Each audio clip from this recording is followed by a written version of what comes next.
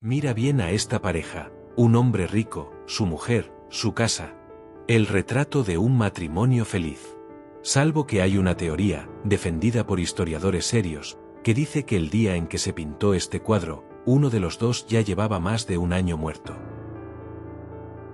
No te digo cuál. Todavía. Porque la prueba no está en sus caras, está escondida en una vela encendida a plena luz del día, en un perrito a sus pies, y en ese espejo redondo del fondo, del tamaño de una moneda, en el que se refleja la habitación entera y dos figuras que no aparecen en ninguna otra parte del cuadro. Una de ellas, según algunos, es el propio pintor. Lo pintó Jan van Eyck en 1434, y lleva casi 600 años pasando por una simple escena doméstica. No lo es. Quédate hasta el final, porque hasta que no entiendes quién falta en esta habitación, no entiendes nada de lo que estás viendo. Primero, lo que sí se ve. Mira este espejo. Es redondo, abombado, y cuelga en la pared del fondo de una habitación cualquiera. Acércate. Acércate de verdad. Porque dentro de ese cristal cabe el cuarto entero, la ventana con su luz, la lámpara de latón del techo, las espaldas de una pareja de pie justo delante de ti. Y algo más. Al lado de la puerta, reflejadas, hay dos figuras diminutas que no aparecen en ninguna otra parte del cuadro. Dos personas mirando la escena. Una de ellas, según algunos, es el propio pintor, colado dentro de su obra. Ahora aléjate. Toda esa habitación, la pareja, los dos testigos, todo eso cabe en un círculo más pequeño que una moneda de 2 euros, pintado a mano en el año 1434. Durante casi 600 años, este cuadro ha pasado por ser una cosa muy sencilla, el retrato de un matrimonio feliz. Un hombre rico, su mujer, su casa. Pero cuanto más te acercas, más se te deshace esa idea entre los dedos. Cada objeto esconde un significado, cada gesto está calculado. Y hay una teoría, la más inquietante de todas, que dice que una de las dos personas que ves en este cuadro llevaba más de un año muerta el día en que Van Eyck lo firmó. Esa es la clave, y la vamos a dejar para el final, porque hasta que no la entiendes, no entiendes nada de lo que estás viendo. Así que quédate hasta ahí. Primero, lo que sí se ve. Se llama el retrato de Arnolfini. Lo pintó Jan van Eyck, un flamenco, en la ciudad de Brujas, que hoy pertenece a Bélgica y que entonces era una de las ciudades más ricas de Europa, un puerto lleno de banqueros y mercaderes italianos. Es óleo sobre tabla de roble, y mide poco más de 80 centímetros de alto. No es grande, cabe debajo del brazo. Desde 1842 cuelga en la National Gallery de Londres. Un historiador del arte, Ernst Gombrich, lo describió como un simple rincón del mundo real, fijado a una tabla como por arte de magia. Y esa es la sensación exacta, que alguien abrió una ventana al siglo XV y en lugar de cerrarla, la dejó abierta para siempre. Lo primero que hay que entender es por qué este cuadro parecía casi imposible en su época. Mientras la mayoría de los pintores trabajaban con témpel, que es pigmento mezclado con yema de huevo y seca deprisa, Van Eyck dominaba el óleo en capas finísimas, casi transparentes, puestas una encima de otra. Y eso le daba lo más valioso: tiempo. Tiempo para pintar el pelo de un perrito casi 1 a 1, para que el latón de la lámpara parezca latón de verdad, para meter dentro de ese espejo una habitación entera vista del revés. Se ha llegado a decir que para los detalles más pequeños usó un pincel de un solo pelo. No hay forma de demostrarlo, pero cuando pegas la nariz al cuadro, te lo crees sin discutir. Y ahora la primera pregunta incómoda: ¿quiénes son estos dos? Durante mucho tiempo la respuesta pareció cerrada. Él era Giovanni di Arrigo Arnolfini, un mercader italiano instalado en Brujas, ella, su mujer, Ginzenami. Un matrimonio, un retrato de boda, caso resuelto. El problema llegó cuando los historiadores fueron a mirar los archivos. Porque los documentos dicen que Giovanni di Arrigo y Ginzenami no se casaron hasta 1447, 13 años después de la fecha del cuadro. Y hay algo peor: Van Eyck había muerto en 1441, 6 años antes de esa boda. Es imposible que este sea su retrato de casados, porque el pintor llevaba años bajo tierra el día en que esa pareja se dio el sí. La historia bonita, de golpe, no cuadraba. Así que hubo que buscar a otro Arnolfini. Y el candidato con más fuerza hoy es un primo del primero, un tal Giovanni di Nicolao Arnolfini, otro mercader llegado de la ciudad italiana de Lucca. Quédate con este nombre, porque de la mujer de este otro Giovanni sí sabemos cosas. Sabemos, por ejemplo, cuándo murió. Pero a eso llegaremos, y cuando lleguemos, todo lo que veas va a significar otra cosa. De momento, sube la vista por encima del espejo.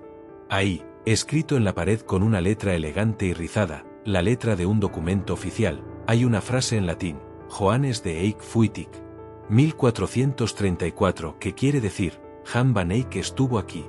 1434. Y para pensar en lo raro que es eso. Los pintores de la época firmaban en una esquina, pequeñito, con un discreto lo hizo fulano. Van Eyck no.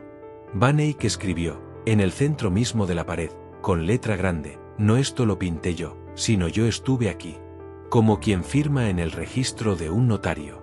En el año 1934, un historiador del arte muy influyente, Erwin Panofsky, propuso una idea que todavía hoy se discute.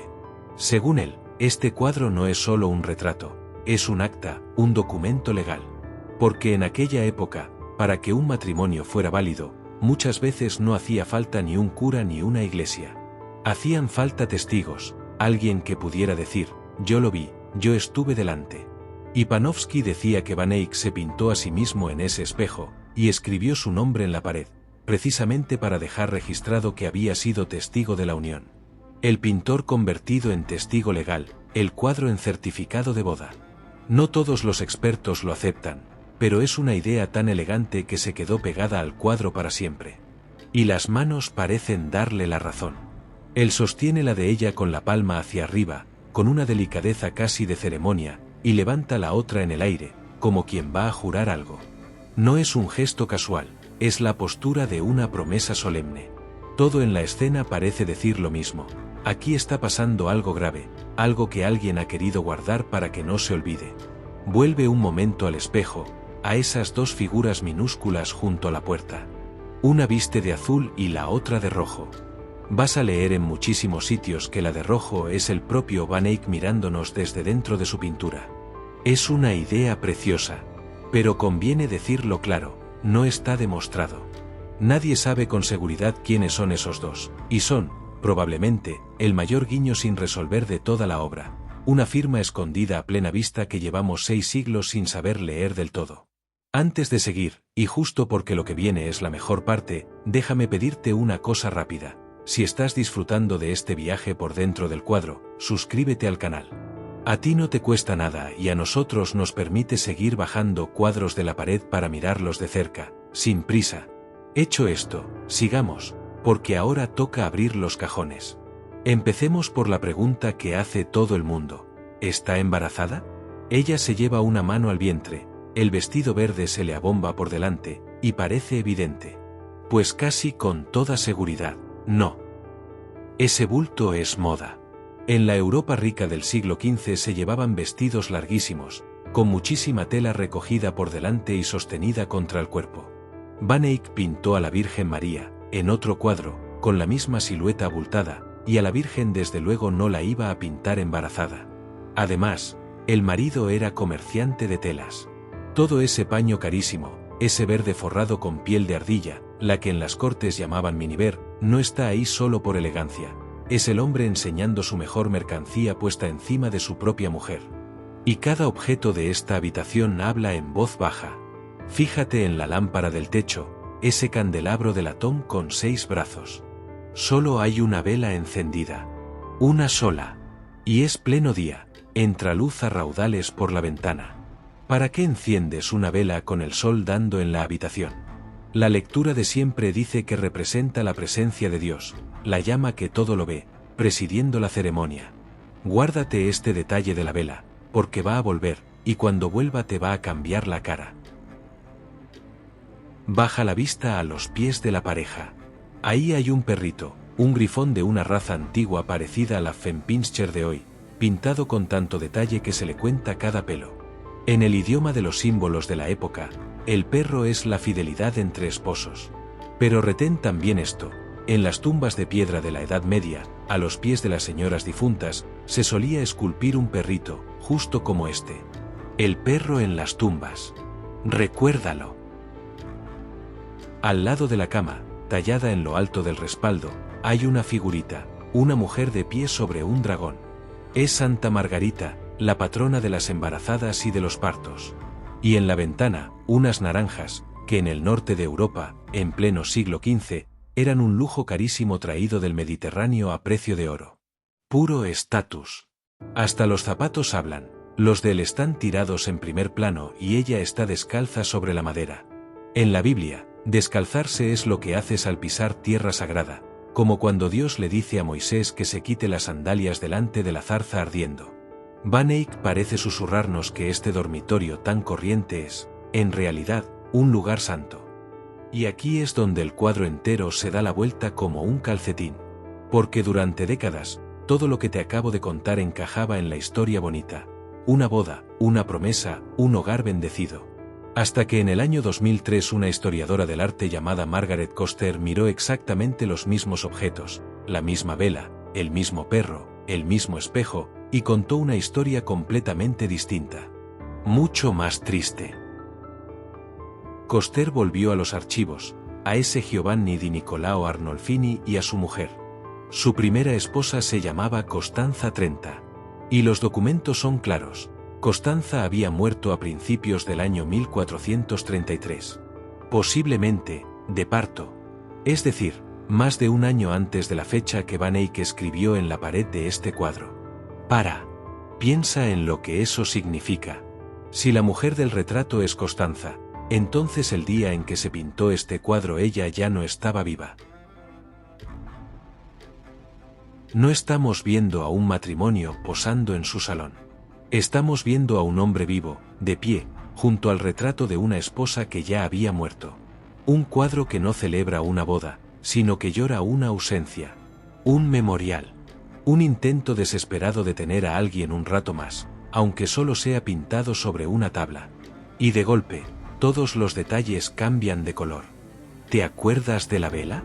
Vuelve a mirar el candelabro, pero esta vez entero. Sobre el marido, de su lado, la vela arde, encendida, viva.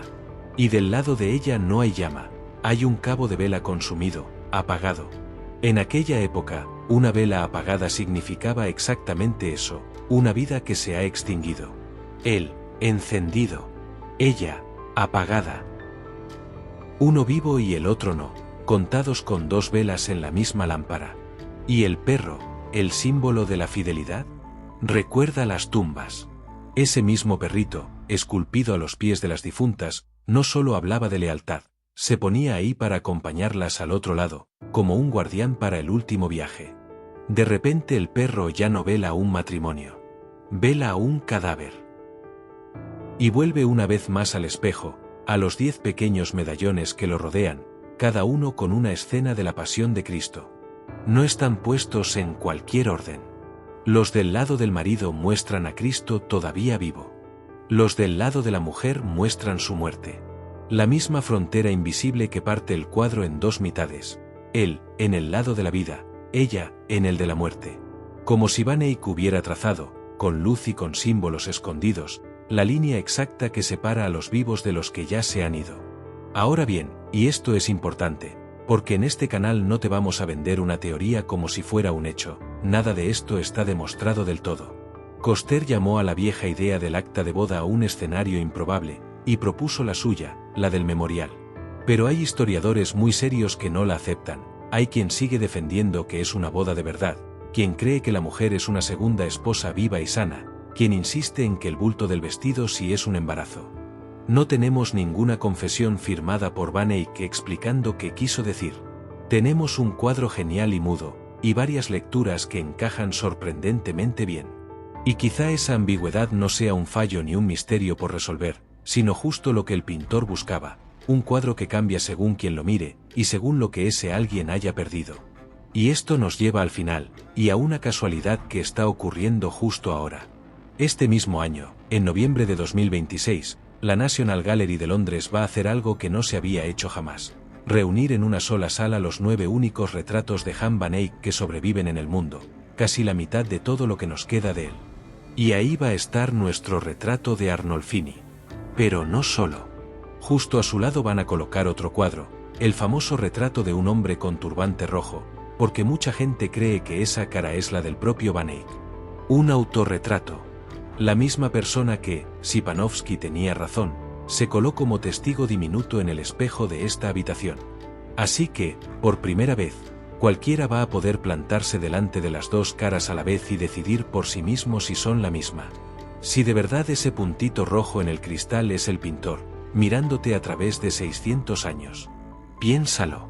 Un hombre encargó, sin más, el retrato de su mujer.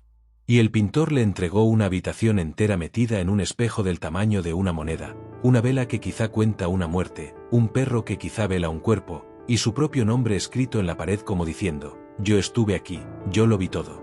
El cuadro sigue en Londres, y casi 600 años después todavía no nos hemos puesto de acuerdo en qué es exactamente lo que estamos mirando. Si has llegado hasta aquí conmigo, ya eres de los nuestros. Suscríbete si quieres seguir mirando cuadros así, por dentro, despacio y sin dar nada por hecho. Nos vemos delante del próximo.